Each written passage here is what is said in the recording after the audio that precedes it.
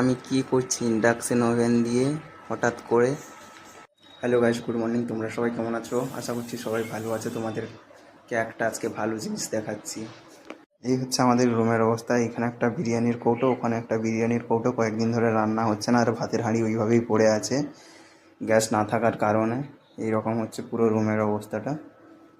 এই হচ্ছে গ্যাসের 5 লিটারের সিলিন্ডার, 4 লিটার গ্যাস দেবে, তাও বলছে 1000 টাকা।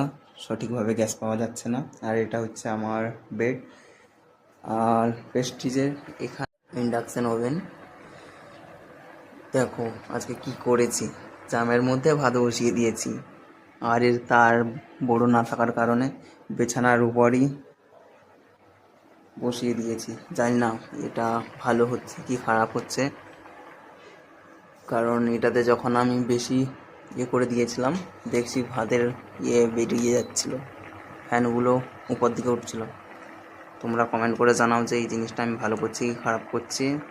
আর আমাদের কাছে ওই রকম হাঁড়ি বা কড়া নেই স্টিলের, তাই এতেই বসিয়ে দিয়েছি। আজকে ফার্স্ট দিন। ফাইনালি ভাত রান্নার কাজ কমপ্লিট হয়ে গেছে, বাট সাইডে লেগে গেছিলো হালকা করে, তাই আমি এইখান থেকে ভাতগুলো নিয়ে এই কড়াইয়ের মধ্যে রেখে দিয়েছি। আর এই রকম করে ভাত হয়েছে আছে। যদি তোমাদের এই ভিডিওটা ভালো লাগে তাহলে লাইক করবে, কমেন্ট করবে আর শেয়ার করে দেবে।